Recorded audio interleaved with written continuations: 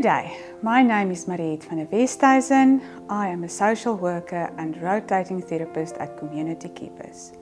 Today I would like to talk to you more about the psychosocial aspects of a child's well-being. I want to discuss things that can maybe hamper children's well-being, things like trauma. Now, when do we know if a child experienced trauma?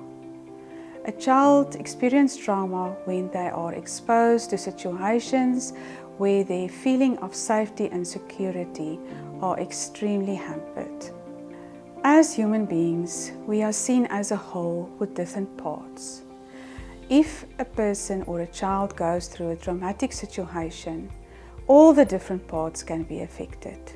It can affect your emotions, it can affect your interaction with other people, even can affect your focus scholastically or at work, and sometimes even physical. Today I'm going to talk to you about two scenarios that can cause trauma to a child. The first one that we are going to talk about is about sexual abuse. So sexual abuse can be seen on a continuum. It can be from inappropriate touching of private parts up until a rape situation. And we as parents, a lot of the time, talk to our children about strangers, that you cannot trust strangers and you do not go with strangers.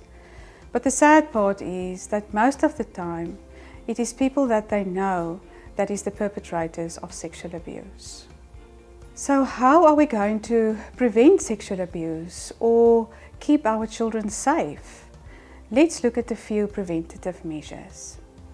One thing that is very, very important is communication. You need to be able to have an open relationship with your child. Talk to your child every day about what he did during the day, what was positive, what was negative, what emotions did he experience, what made him happy, what made him sad, and even what made him scared maybe. Talk to them about sexual abuse and let them know what they can do if they are in a situation that makes them unsafe or uncomfortable. Parental monitoring is very important. Make sure that the person you leave your child with have the necessary references and that you did a background check on them. Never leave your child with somebody that was accused or have been found guilty of sexual abuse. It's also important to note that it's not just girls that is victims and men that is perpetrators. Girls and boys can be sexually abused by both male and female perpetrators. What signs can you possibly look out for in terms of sexual abuse?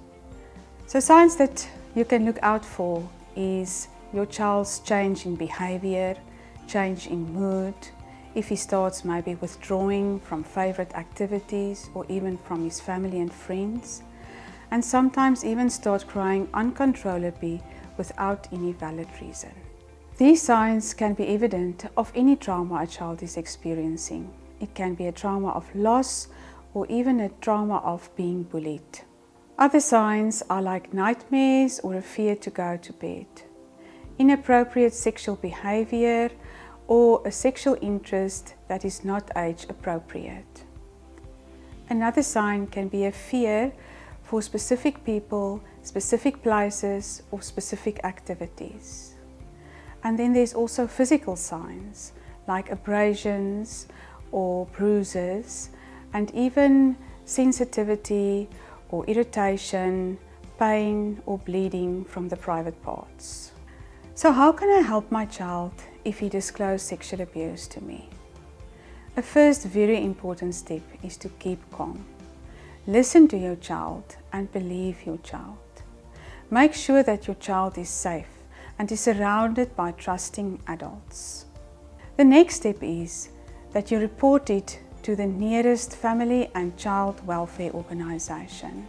Make sure that you implement the necessary suggestions provided by these organizations to keep your child safe, and mobilize alternative support like counseling as well. The sooner you get help and support for your child, the less the trauma will be on the child.